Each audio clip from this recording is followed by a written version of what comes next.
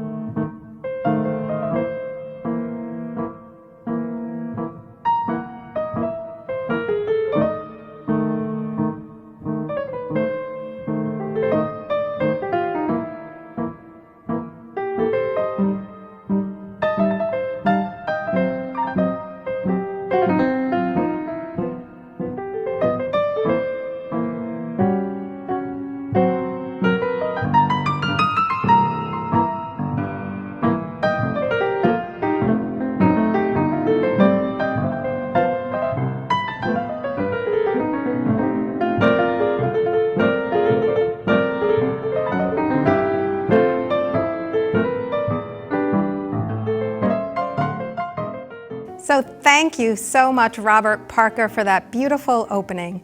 The talented Robert Parker is a local musician, and we can't wait to see you back at OMA when we can all be together again. My name is Maria MINGALONE, and I'm the Executive Director of the Oceanside Museum of Art. Like you, we too have been through some challenging times. We've been inventing and reinventing new ways to stay connected, using the power of art to share the meaning of community. A few weeks ago, actually on September 17th, we reopened the museum to the public. And it was exactly 6 months to the day when we closed in March earlier this year. You know, we can't get together, so we created this program as a kind of virtual opening reception to share with you the exhibitions that are currently on view and some of the behind-the-scenes conversations with artists and curators. These are the people that bring these exhibitions to life. You'll also hear from the OMA team, who are going to share with you some of the things and changes that are happening here at the museum.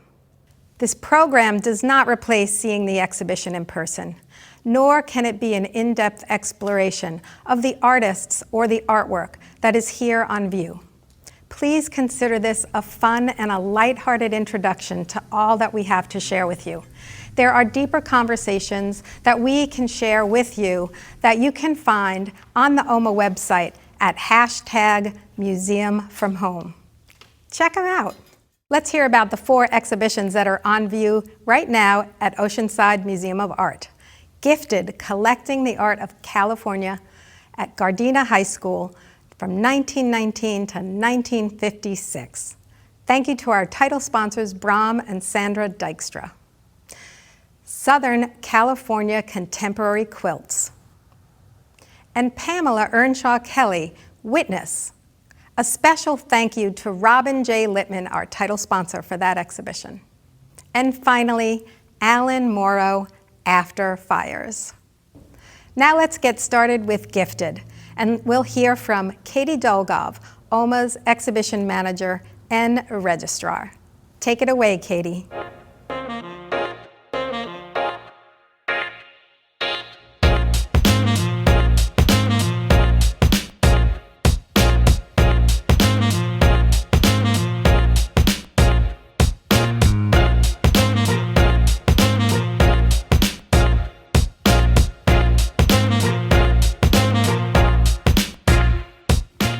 Hi everyone, my name is Katie DOLGOV, Exhibitions Manager and Registrar here at Oceanside Museum of Art, and I am so excited to be standing here in the first exhibition we're going to talk about this evening, Gifted, Collecting the Art of California at Gardena High School, 1919 to 1956. This exhibition is the product of a truly unique and innovative educational program that took place over the course of 37 years at Gardena High School in Los Angeles. Every semester, the graduating class took an art appreciation course during which they selected, purchased, and donated a work of art by a local living artist to the high school. The resulting collection consists of over 70 artworks by key early 20th century artists, preserving California history through the eyes and actions of the students. A few days ago, we had the chance to sit down with curator Susan M. Anderson and Simon Chu, the vice president of the board of the nonprofit GHS Art Collection. Let's take a look at their chat now. So, Susan, can you tell us about how this collection started and what was it like back in 1919? And that's the first year when they had this idea. Well, in 1919, it was just coming out of being an agricultural high school, and most of the students were agricultural from agricultural families. And the principal, John Whiteley, just got the brilliant idea of having a hands-on project to teach students about art education. And the way he did that is he had them first visit artist studios, and the students got to actually go to studios and meet the artist, and sometimes see them in the act of painting, or talk to them about the history of their, how they got to be these famous artists, because some of them were already quite famous. And it really, for the first 7 years or so, that's pretty much how it went. And then in 1928, something really wonderful happened, which is that they, at the urging of one of the artists, Hanson Putoff, they decided that they would have a yearly exhibition, a purchase prize exhibition, where the students would buy one painting, actually 2 paintings each year, to donate to the school as a class gift. So that was one of the things that really touched me, is like, I believe art, and I think that's also the reason museum exists, is like art can really bring people and community together.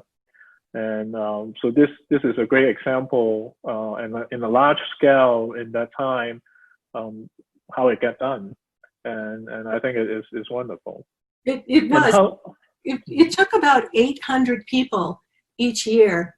There's these incredible lists of all of the different tasks that had to be done, and all the different people, everybody from students to community leaders to people, parents. They had to be there protecting the paintings. So there were people on campus to, because this was up for 3 weeks. The exhibition was up for 3 weeks, so that gave the students time to examine the paintings, talk about the paintings. English classes wrote papers based on them, and also that gave the community time to come. So each year, many of the community clubs came, and they had their annual meetings so that they could see the paintings, but also that the students would host them and serve them tea and things like that. So the students were interacting with a lot of these different community groups. And it was just a grand experiment in a conversation about art and community and social service.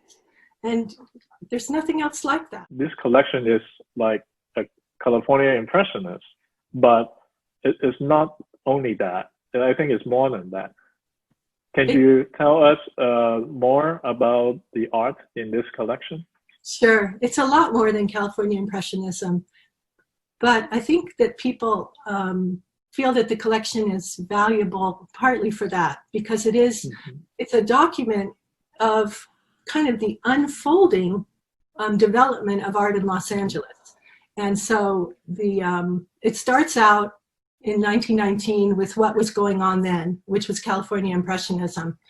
But then when the Depression hits, art started to change, and the art that the students started to collect changed. And so, first it was all about California Impressionism, but eventually it gets to be all over the map and reflects the social concerns of the 1930s. And then it reflects some things that are different during World War II also. There weren't that many women artists collected until the 1940s, during the war period. What you have to remember about this is that the students went through so many things, and all of those things are sort of reflected in a way. So they went through the 1918 pandemic, World War I, then the Depression, and then World War II. So it's also hard to believe that with all those things going on, that they could sustain this collecting program, this art appreciation program. Okay, well, I'd like to toast to everyone and thank you for all your support, and I hope you enjoy the show. And this is a celebration for the 100th anniversary of this program, which started in 1919. So I hope you enjoy, and thank you for everyone that's involved. Thank you. Cheers. Cheers. We are so lucky to be able to host this remarkable exhibition of historic plein air and California Impressionism as the third and final stop on its tour. In response to such an inspiring story about students galvanizing the community around art, the OMA team are working with community experts to create engagement activities furthering the visitor's experience in the gallery, the classroom, and through public programs. Keep an eye out for more details about those activities and programs launching this fall that will give visitors the chance to learn about Gifted through the eyes and experiences of the original GHS students while relating directly to contemporary issues. Another way to learn more about this exhibition is through the gorgeous hardcover exhibition catalog, which you can find in our museum store. So I'm going to send you on over to Lou, our museum store manager, and she's going to tell you all about that and all of the amazing things you can find there. Hello everyone, I'm Luciana Fernandez, the store manager here at Oceanside Museum of Art, coming to you from our new pop-up location in the lobby of the museum.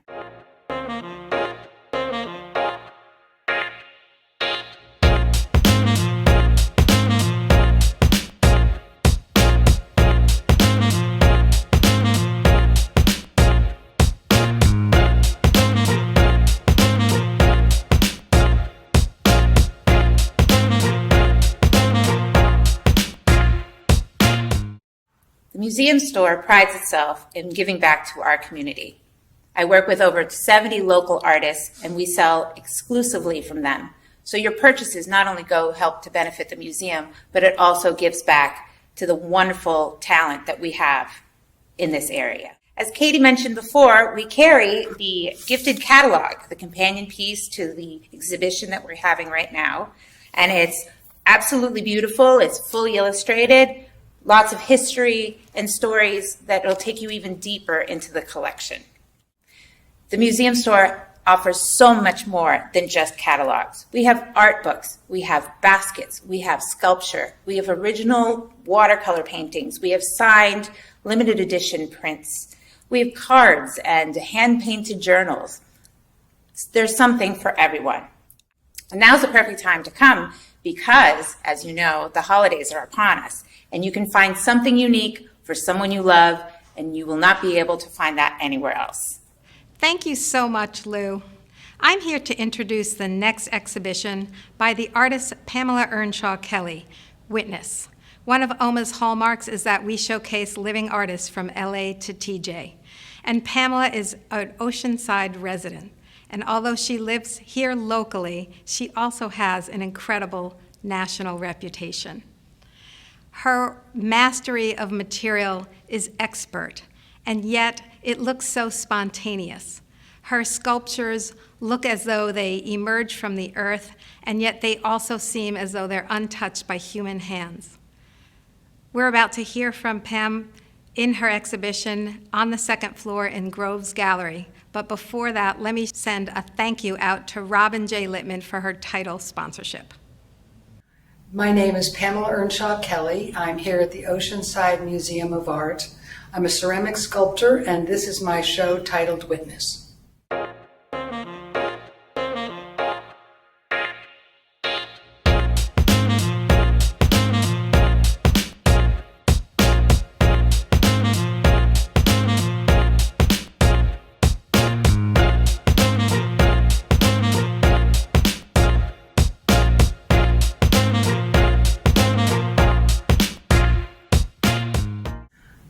I was inspired to do this series, or actually all the work that you see in the show,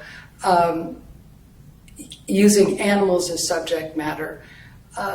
Back when I first learned sculpture, there were very few, most things were abstract and very little representational work. So I was looking to do something that A, interested me, that I could connect with on a expressionistic kind of emotional level, and that I hadn't seen before.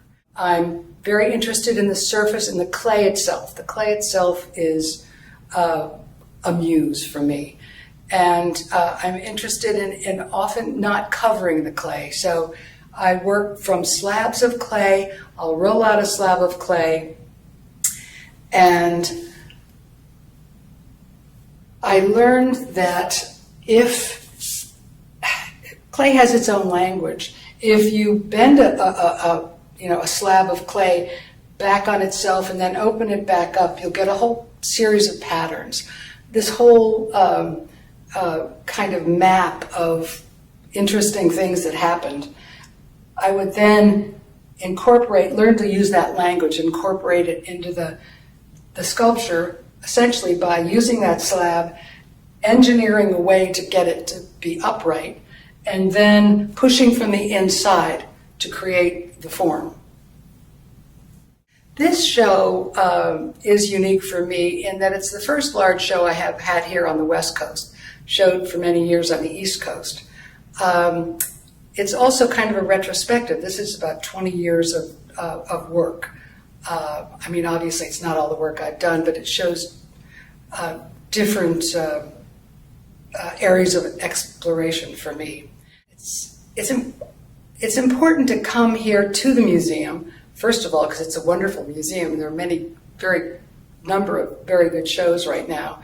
But specifically for my work, sculpture, you really need to see it in 3 dimensions. You need to be able to walk around it.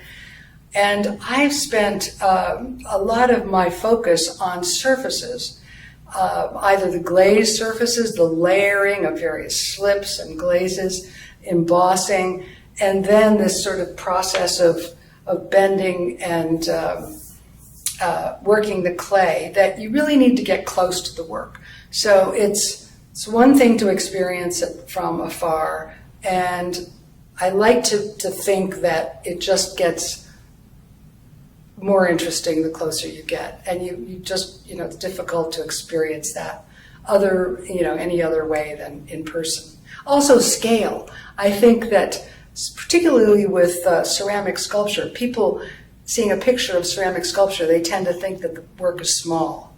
My works generally, as you can see, are quite large, and it gives a different impact. So I think it's just very important to see the work.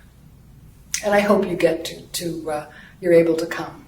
Wow, the Pamela Earnshaw Kelly exhibition Witness is definitely a must-see. I highly recommend you come and see it in person. There's nothing like seeing the folds and magical textures that come out through the sculpture like it is in person.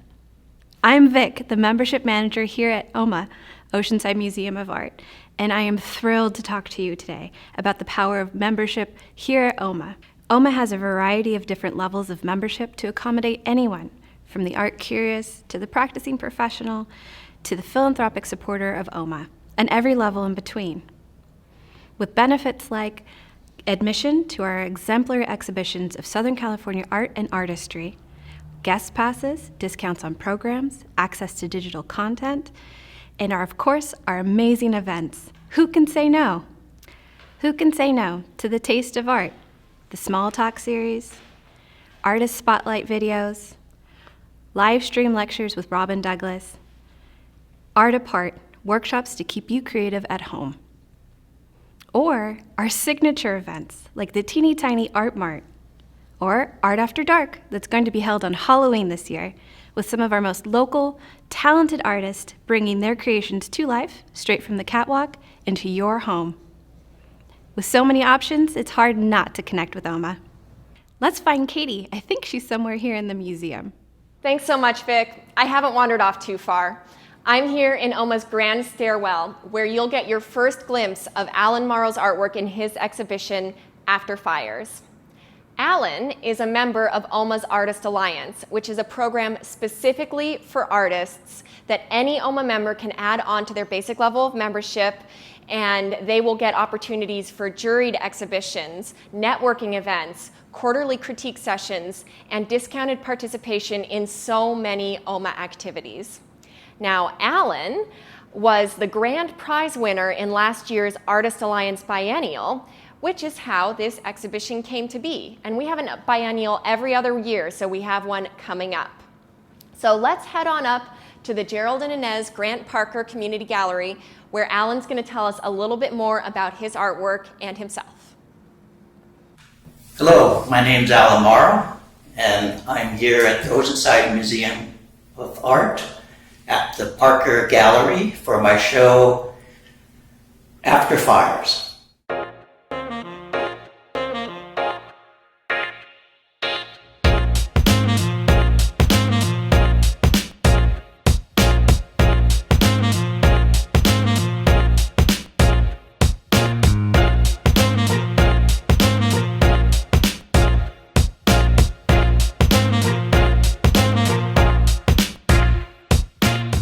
The After Fires series began with black, white, and gray. After a while, after dozens and dozens of pieces, I thought, well, what if I changed the gray in the background to a color? And I believe red was the first choice that I had, being it would represent fire or heat.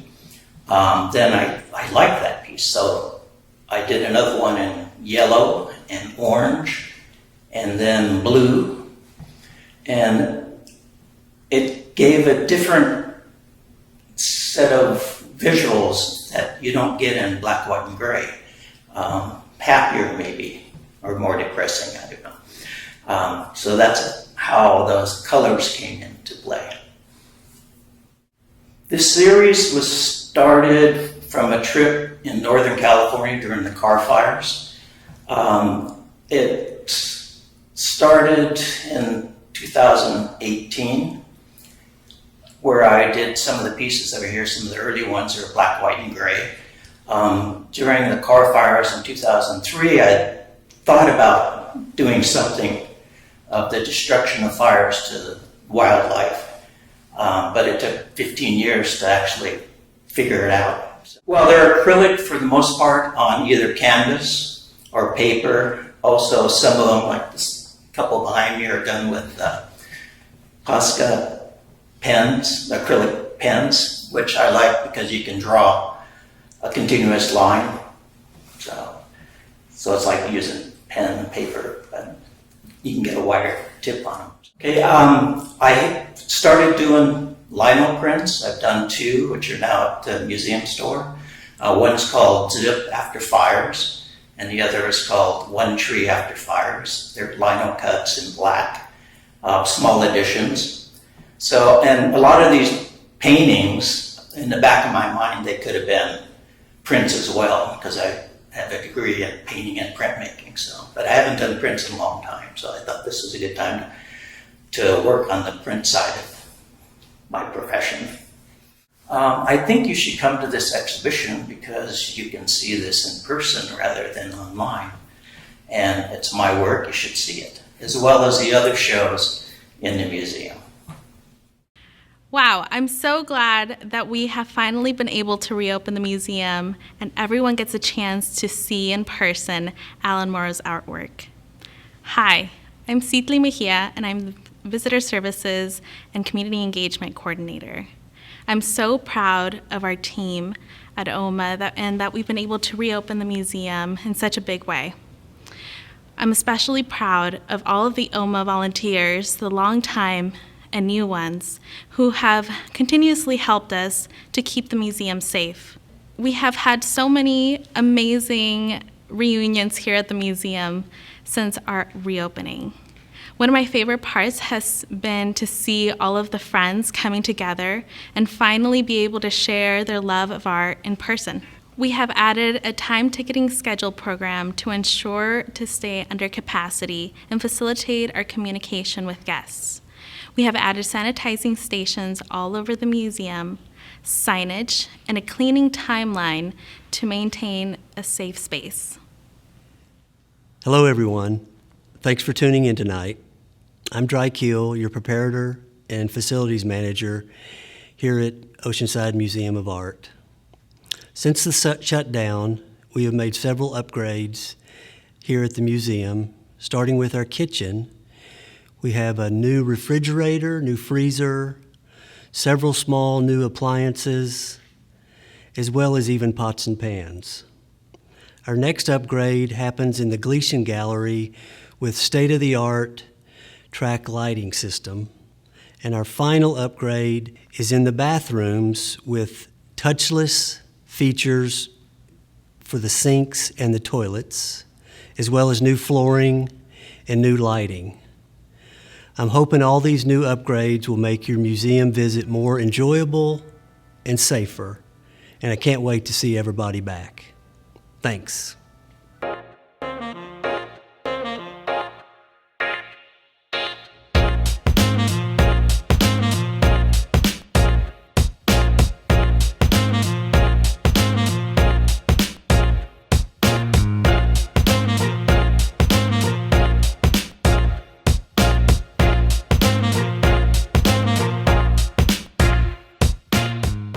Hello, we find ourselves here in the final exhibition for this evening, Southern California Contemporary Quilts. And I'm here with Beth Smith, the curator of this exhibition.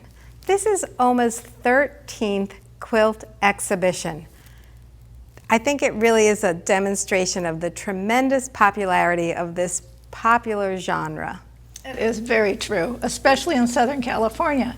So I was thrilled to be able to bring quilts back to Oceanside Museum of Art because Southern California is such a mecca for quilters, quilt artists, collectors, and everything quilt. You know, it's funny, when I think about quilts, I get this traditional image in my mind, and this exhibition is such a mind-bending reinterpretation of that image. Tell me a little bit about how do you define what a quilt is? Because when I look around in this exhibition, I'm not sure I really know that there's a really easy definition, but maybe you have one. Well, the important thing to remember is contemporary. And so quilts kind of fall into two categories: traditional functional quilts, which are bed coverings to keep you warm, and probably we all grew up with that, you know, at grandmother's house. But no, since about the 1970s, there have been a couple of offshoots of traditional quilting, either called art quilts or contemporary quilts, and now there are also modern quilts. So try to figure out which one, you know, is which. But generally, quilts in this category are two layers of anything stitched together. And stitching doesn't have to be with thread, it could be with wire. The two layers of anything doesn't have to be fabric. It could be layers of wood or canvas, or, you know, really that's the beauty of contemporary quilts, is anything goes. Yeah, that's it just amazing. needs to have those two layers. So why, I mean, I'm new to Southern California relatively. I've been here for 4 years. And so why is it that, I mean, the popularity of this exhibition is incredible.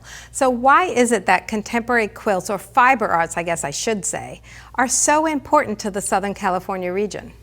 Well, there's pockets of quilters and quilt aficionados throughout the country, and it often has to do with venues that support those exhibitions. Yay for Oceanside Museum of Art, Yay. And a couple of others in Southern California. It all started in the early 1980s when a group of volunteers formed a nonprofit called San Diego Quilt Arts, or Quilt Visions. And they did exhibitions every other year at different venues. One of them was here, and it's still going on today at Visions Art Museum in Liberty Station. So as well as these exhibitions in Southern California, there are festivals that are native to Southern California that happen every year, and it pulls quilters from all over, not just the country actually, but from all over the world for these really major festivals where quilters come to buy fabric, to buy quilts, to buy sewing machines, to buy anything that you could possibly think of that you can stick together with two pieces of something stitched together. So it just happens to be that Southern California is kind of a mecca for all of these things. It's funny because it makes me feel my next question's a little redundant, but what makes contemporary quilts so exciting? Well, for me personally, it's when I see something I've never seen before. And beautifully, we have that in this exhibition. You know, I've looked at quilts, contemporary quilts, art quilts, even traditional quilts for years, decades even. But in this exhibition, there are things that I have never seen before that really surprised me. And three-dimensional work is something that's really new to contemporary quilting, and we have that here too. Oh, that's amazing. Yeah. That's really incredible. So if you were going to recommend that someone comes to see the exhibition in person, why? Like, what would be the motivation for somebody to make it out in coronavirus days? Let me count the ways. Every work is truly unique. There are no two pieces in this exhibition that are alike. And you'll find that a little bit different from traditional quilts, where oftentimes there'll be patterns that are used over and over again, going back even centuries, that you really will recognize that this is that pattern or that pattern, but we have no patterns here, which is wonderful. There are three-dimensional works. There are works that when you get up close, you'll see things that you didn't see from standing back. And that's one of the things that I think is really special about this particular type of artwork, is that you get an impression when you're standing back and looking at it, and then you get close and you think, oh my goodness, look at that embroidery, look at those details, look at this one has beading, this one has sequins, and you don't see that until you really get up close and have a personal conversation with the work, and you and the work have that moment together. That's incredible, because that's what I've learned to appreciate and hearing you talk about it. So I really appreciate you coming this evening, and thank you so much for sharing with us. I'm delighted to be here. Thank you. Well, it was really great and exciting to talk to Beth today about the exhibition Southern California Contemporary Quilts. And thank you so much for sharing your insight into this exhibition. And I do encourage everyone to come and see the show on their own because of all of the reasons that Beth has illuminated for us this evening. Thank you so much. Thank you. I know that quilt lovers and those who are new to the genre will find inspiration and joy in viewing the work, whether they look at it from home or on site here at the museum. The last 6 months have really proven how resilient we all can be, and we are so grateful to the community that has supported us through this period of challenge and growth.